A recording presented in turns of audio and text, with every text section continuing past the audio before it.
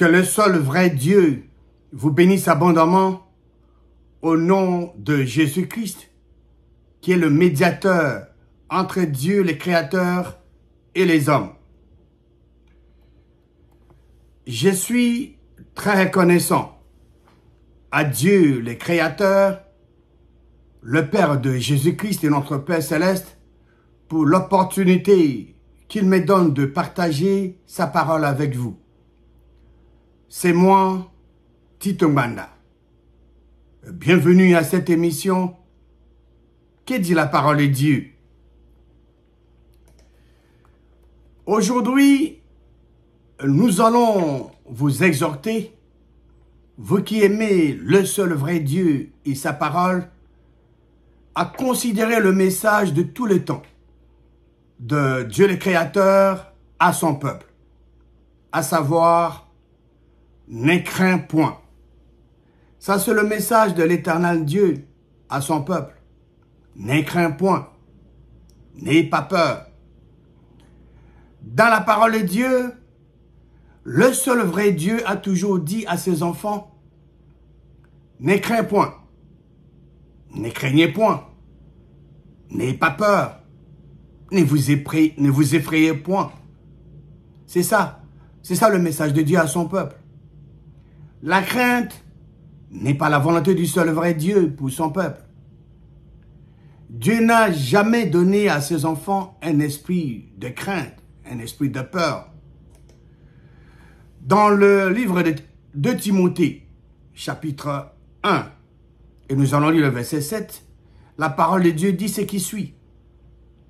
Car ce n'est pas par un esprit de timidité que Dieu, car ce n'est pas un esprit de timidité que Dieu nous a donné, mais un esprit de force, d'amour et de sagesse.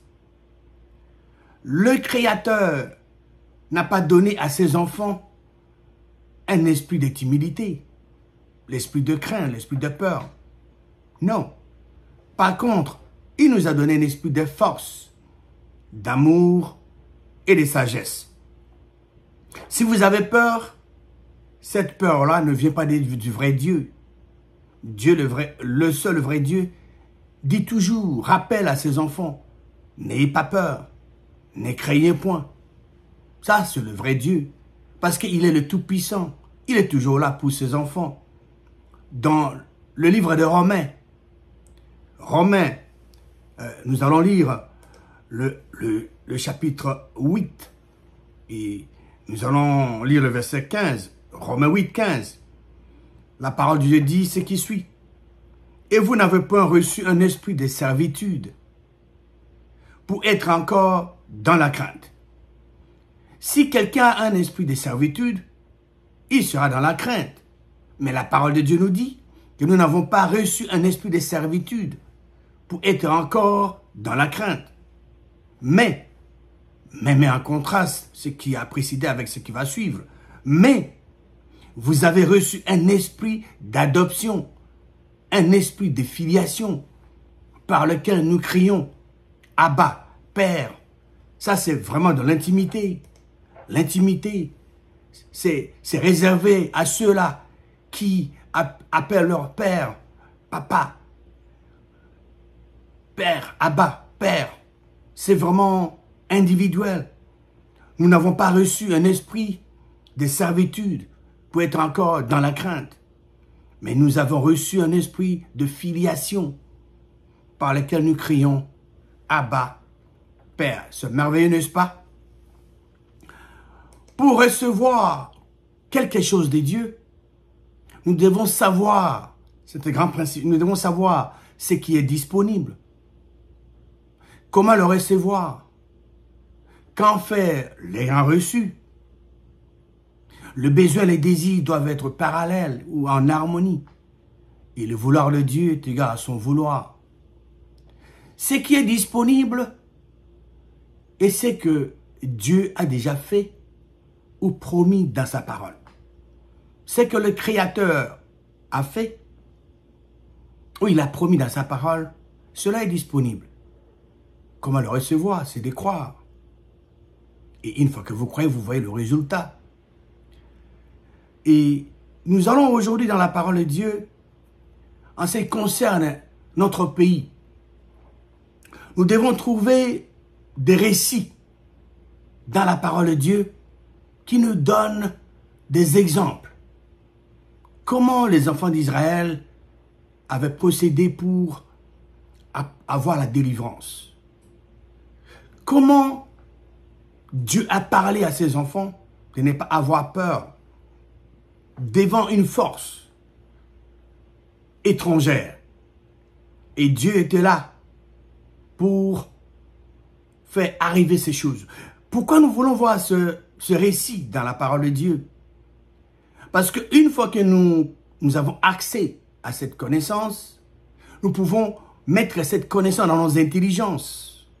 Et nous pouvons croire pour que Dieu, qui ne change pas, puisse faire cela arriver dans nos vies ou pour notre pays.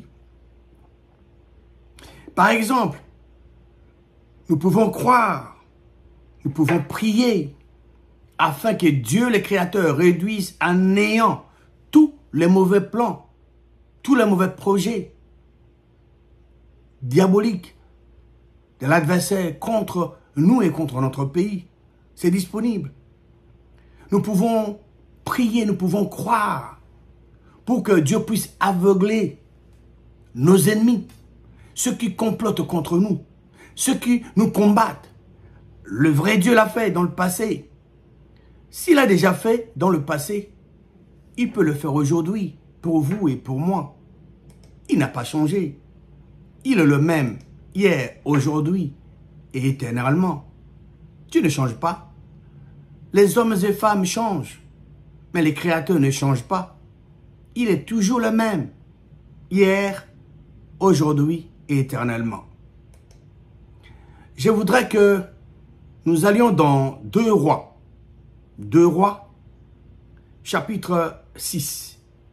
Et nous allons lire le verset 8 à 13.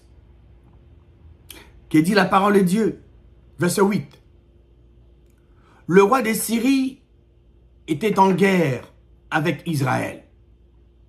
Et dans un conseil qu'il tint avec ses serviteurs, il dit, ça c'est le roi de la Syrie qui dit à ses serviteurs, mon camp sera dans un tel lieu. Le roi dit que son camp sera dans un tel lieu. Verset 9. Mais l'homme de Dieu fit dire au roi d'Israël, garde-toi de passer dans ce lieu, car les Syriens y descendent. Ici, l'homme de Dieu reçoit la révélation de Dieu.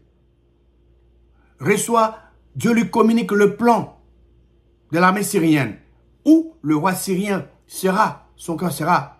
Et l'homme de Dieu informe le roi d'Israël. Merveilleux, n'est-ce pas? Verset 10.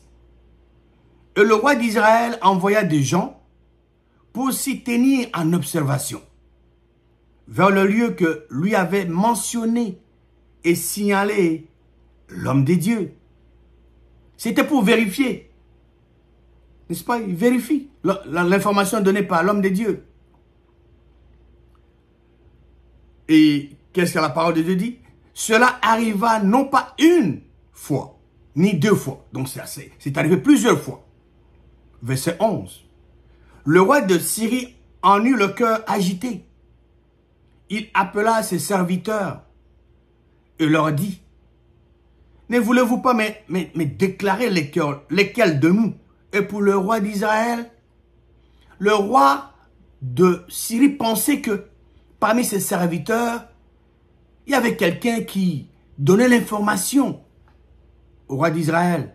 Et qu'à chaque fois qu'il tenait sa réunion avec ses collaborateurs, celui-là qui était traître parmi eux, fournissait l'information au roi d'Israël. Il s'est trompé. Verset 12. L'un de ses serviteurs répondit. L'un des serviteurs du roi de Syrie, maintenant va répondre au roi de Syrie. De la Syrie, pardon. Personne, ô roi mon Seigneur, mais Élisée, le prophète, qui est en Israël, rapporte au roi d'Israël les paroles que tu prononces dans ta chambre à coucher. N'est-ce pas quelque chose?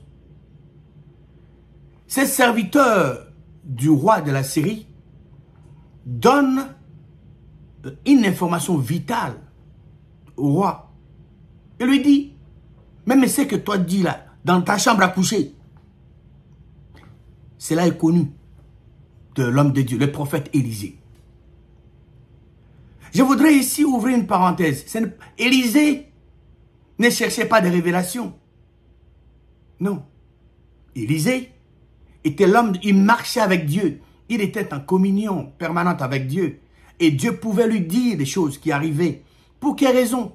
C'est pour protéger son peuple, le peuple d'Israël. Et le roi de la Syrie pensait que c'est quelqu'un d'autre qui fournissait l'information au roi d'Israël. Mais ce n'était pas le cas. Verset 13. Maintenant, le roi de la Syrie a l'information sur l'homme de Dieu Élisée. Que c'est lui qui fournissait, qui donnait toutes les informations, tout ce qui faisait leur plan et consort, même ce qui s'est passé, ce que le roi disait dans sa chambre à coucher. C'est Élisée qui communiquait ça au roi d'Israël. Verset 13, maintenant nous allons voir. Et le roi dit, le roi de la Syrie dit, allez, voyez où il est, et je le ferai prendre. On vint lui dire, voici, il est à Dothan. On dit au roi de la Syrie que Élisée, le prophète, est à Dothan. Alors, quelle était la réaction du roi de Syrie qui vient d'être informé que le prophète Élisée était à Dothan? Quelle était sa réaction vis-à-vis de cette information? Nous allons maintenant lire 2 Rois chapitre 6, versets 14 à 20. Verset 14. Le roi de la Syrie, il y envoya 2 chevaux, 2 chars et une forte troupe qui arrivèrent de nuit et qui enveloppèrent la ville. Verset 15.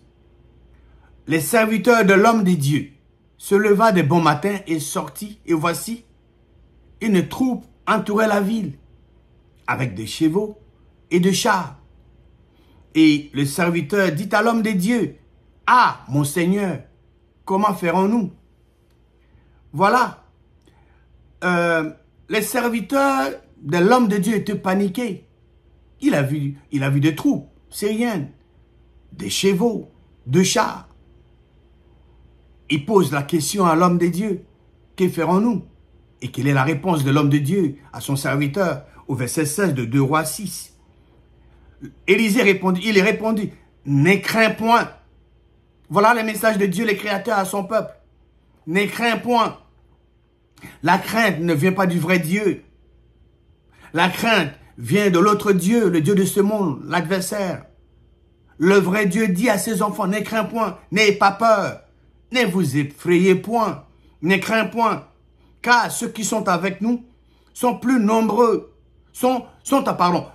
car ceux qui sont avec nous sont en plus grand nombre que ceux qui sont avec eux. Quel est ce message-là? Superbe, n'est-ce pas? Quel réconfort! L'homme de Dieu dit à son serviteur, car ceux qui sont avec nous sont en plus grand nombre que ceux qui sont avec eux. Ne crains point. Verset 17. Qu'est-ce qu'Élisée va faire, l'homme des dieux? Verset 17, il dit, Élisée pria et dit, l'Éternel, ouvre ses yeux pour qu'il voie. Il prie pour qui? Élisée prie ici pour son serviteur, celui qui le sert, pour que Dieu ouvre les yeux de son serviteur, qu'il puisse voir. Parce qu'il venait de dire à son serviteur que ceux qui sont avec nous sont en plus grand nombre que ceux qui sont avec eux.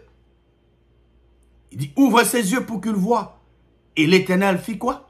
Et l'Éternel ouvrit les yeux du serviteur qui vit la montagne pleine des chevaux et des chars de feu autour d'Élisée. Superbe.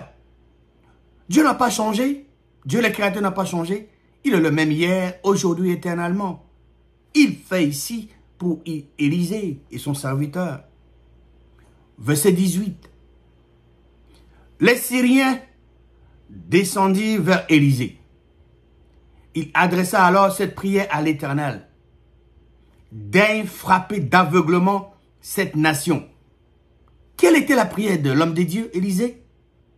Il dit clairement à Dieu le Créateur, il s'adressa à Dieu le Créateur. Il dit, daigne frapper d'aveuglement cette nation. Et l'Éternel fit quoi?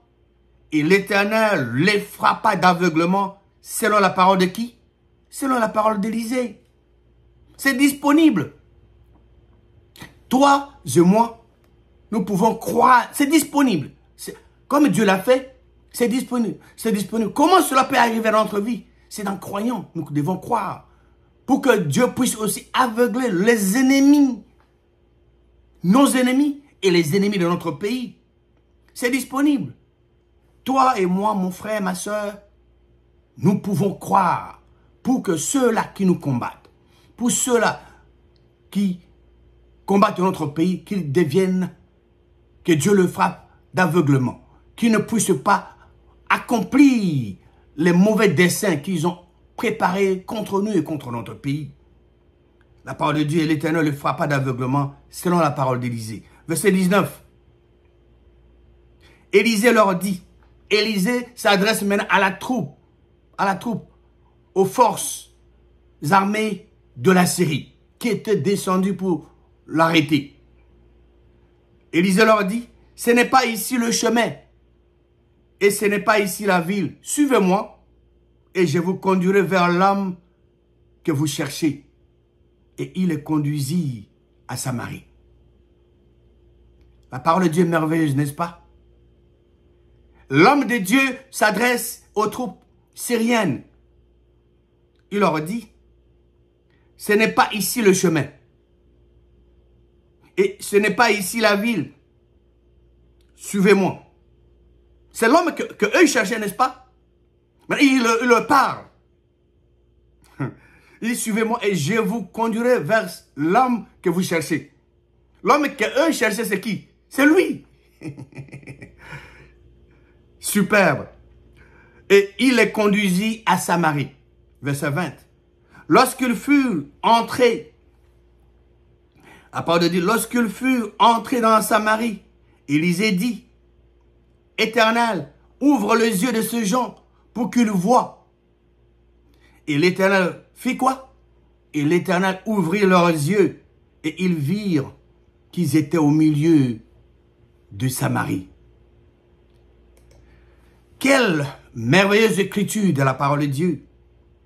L'homme de Dieu était recherché. L'armée syrienne était descendue pour l'arrêter. Son serviteur a paniqué. Il parla à l'homme de Dieu. L'homme de Dieu dit, ne crains point. Ne crains point.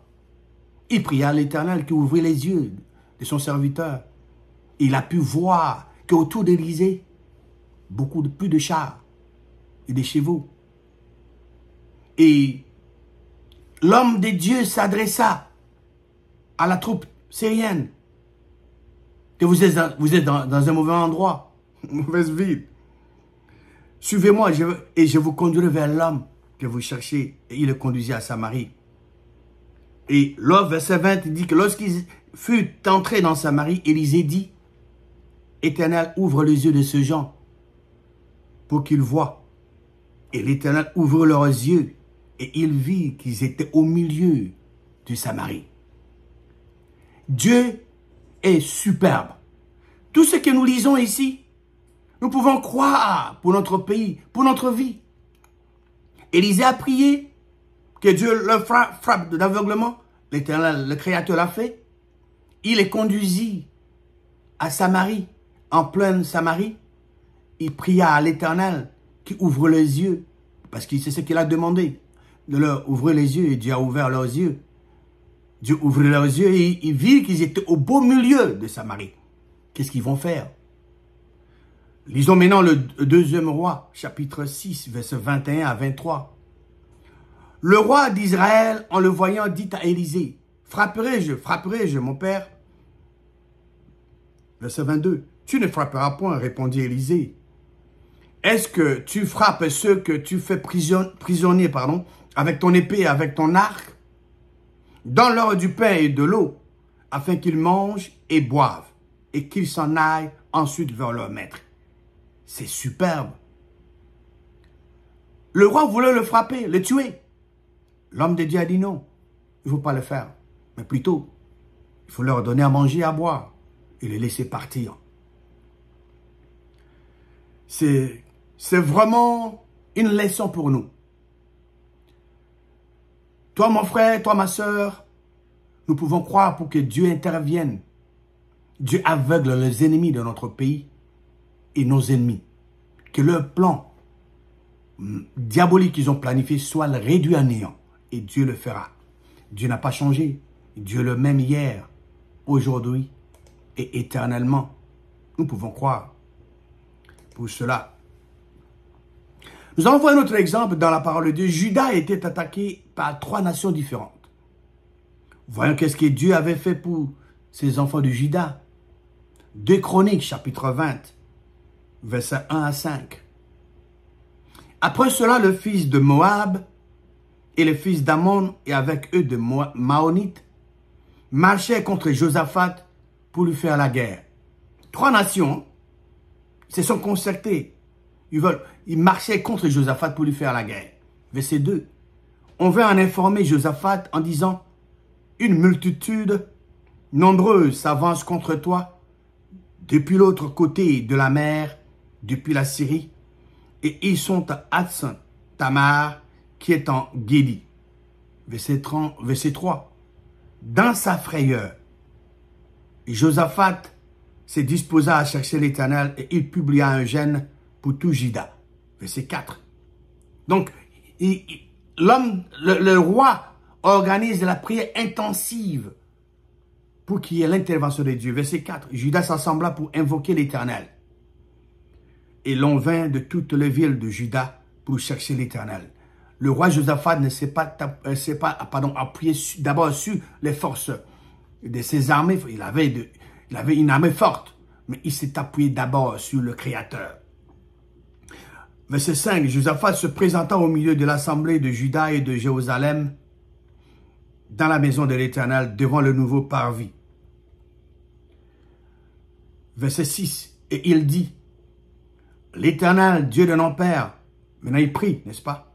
Dieu de nos pères, n'es-tu pas Dieu dans le ciel? Et n'est-ce pas toi qui domines sur tout le royaume des nations? N'est-ce pas toi qui as en main la force et la puissance, à qui nul ne peut résister? L'homme de Dieu prie. Il prie. Il s'adresse à Dieu le Créateur pour la délivrance de son pays, de sa nation. Au verset 2 Chroniques 20, verset 10 à 15. Maintenant voici, ça c'est le roi qui continue sa prière. Les fils d'Ammon et de Moab et ceux de la montagne des Séir, chez lesquels tu n'as pas permis à Israël d'entrer quand il venait du pays d'Égypte, car il s'est détourné d'eux et ne les a pas détruits. Verset 11. Le voici qui nous récompense en venant nous chasser de ton héritage, dont tu nous as mis en possession. Dieu a mis la terre de ton pays à ta possession. Donc tu ne peux pas laisser quelqu'un d'autre venir prendre cela. Verset 12. Ô notre Dieu, n'exerceras-tu pas tes jugements sur eux? Dieu peut exercer ce jugement sur les ennemis, tes ennemis et les ennemis de ton pays. Car nous sommes sans force devant cette multitude nombreuse qui s'avance contre nous. Et nous ne savons que faire. Mais nos yeux sont sur toi. Leurs yeux étaient sur Dieu le Créateur. Verset 13. Tout Juda se tenait debout devant l'Éternel, avec leurs petits-enfants, leurs femmes et leurs fils. Tous étaient unis de même accord. Ils étaient d'un seul accord. Verset 14. Alors l'Esprit de l'Éternel saisit au milieu de l'assemblée Jacaziel, fils de Zacharie, fils de Benadja, fils de Jéel, fils de Matania, Lévite, d'entre le fils d'Assa. Et verset 15, et Jacaziel dit, soyez attentifs, tous Juda et habitants de Jérusalem, et toi, roi Josaphat. Ainsi parle l'Éternel, ne craignez point. Voici le message. Ne craignez point. Ça, c'est le message de l'Éternel. Ne craignez point. Et ne vous effrayez point devant cette multitude nombreuse. Car ce ne sera pas vous qui combattrez. Ce sera Dieu. Garantie. Superbe. Verset 16. Demain, descendez contre eux. Ils vont monter par la colline de Tiste. Et vous les trouverez à l'extrémité de la vallée en face du désert de Jéruel. Il donne les détails. Verset 17. Vous n'aurez point à combattre à cette affaire. Présentez-vous, tenez-vous là, et vous verrez la délivrance que l'Éternel vous accordera. Juda et Jérusalem, ne craignez point. Voilà le message de Dieu, ne craignez point. Et ne vous effrayez point. Demain, sortez à leur rencontre, et l'Éternel sera avec vous. Voici le résultat de cette prière de Josaphat et du peuple. Nous allons voir maintenant le résultat. Après avoir prié, quel était le résultat? 2 Chroniques 20, verset 21 à 25. Puis d'accord avec le peuple, il nomma des chantres qui, revêtus d'ornements sacrés et marchant devant l'armée, célébraient l'Éternel et disaient « Louez l'Éternel, car sa miséricorde durera toujours. » Au moment où l'on commençait le chant et les louanges, l'Éternel plaça une embuscade contre le fils d'Ammon et des Moab et ceux de la montagne de Séhir qui étaient venus contre Juda, et ils furent battus. Les fils d'Ammon et de Moab se jetèrent sur les habitants de la montagne de Séhir pour les dévouer par interdit et les exterminer. Et quand ils en eurent fini avec les habitants de Séhir, ils s'aidèrent les uns les autres à se détruire. Nous pouvons aussi croire que les forces qui sont venues chez nous se détruisent entre elles-mêmes. Dieu l'a fait pour les enfants de Juda. Il peut le faire. Nous devons croire pour que toutes ces forces qui sont venues chez nous se détruisent entre elles. C'est disponible. Nous pouvons croire pour ça. Verset 24. Lorsque Juda fut arrivé sur la hauteur d'où l'on aperçoit le désert, il regardait du côté de la multitude et voici, c'était des cadavres étendus à terre et personne n'avait échappé. Josaphat et son peuple allaient prendre leur dépouille. Ils trouvaient parmi les cadavres d'abondantes richesses et des objets précieux. Et ils en enlevèrent tant qu'ils ne purent tout emporter. Ils mirent 3 jours au pillage du butin, car il était considérable. N'est-ce pas quelque chose? En conclusion, n'ayons pas peur de nos ennemis, car Dieu ne nous a pas donné un esprit de peur. Le message de Dieu de tous les temps pour son peuple est « Ne crains point ». Nous pouvons croire que Dieu nous révèle le plan diabolique de nos ennemis, les ennemis de notre pays et nos ennemis personnels. Et Dieu avait aveuglé les troupes syriennes suite à la prière de l'homme de Dieu. Cela est disponible. Nous pouvons aussi croire que Dieu, le Créateur, puisse aussi aveugler nos ennemis et les ennemis de notre pays. Nous pouvons croire que Dieu, le Créateur, anéantisse tout le plan diabolique contre nous et contre notre pays. C'est disponible de croire que les nations qui sont venues nous combattre s'entretuent entre elles, comme c'était le cas des 3 nations qui avaient attaqué Juda. N'ayons pas peur, faisons confiance à Dieu le Créateur et prenons des actions selon la parole de Dieu pour vaincre nos ennemis. Que Dieu, le Créateur de toutes choses, vous bénisse abondamment au nom puissant et victorieux de Jésus-Christ.